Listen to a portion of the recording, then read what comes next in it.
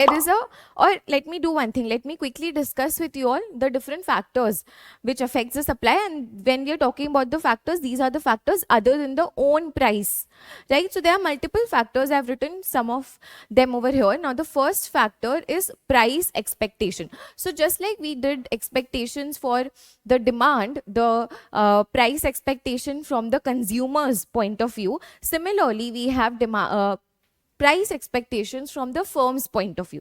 Now, if we say that the firm expects that the future price will go down, the firm expects that the future price will go down, meaning now the price will be, now the current price is comparatively higher to the future price what we are expecting, right? So what do we say in such a scenario is that the supply will, now the immediate supply will increase, because they will try to make as much as profit possible now.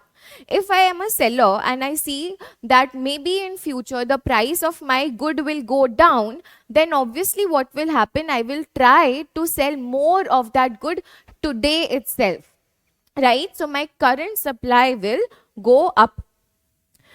So here, as we can see that if, now this is an opposite case which I have written, if the future price goes up, if I expect that the future price will go up, my immediate supply should go down.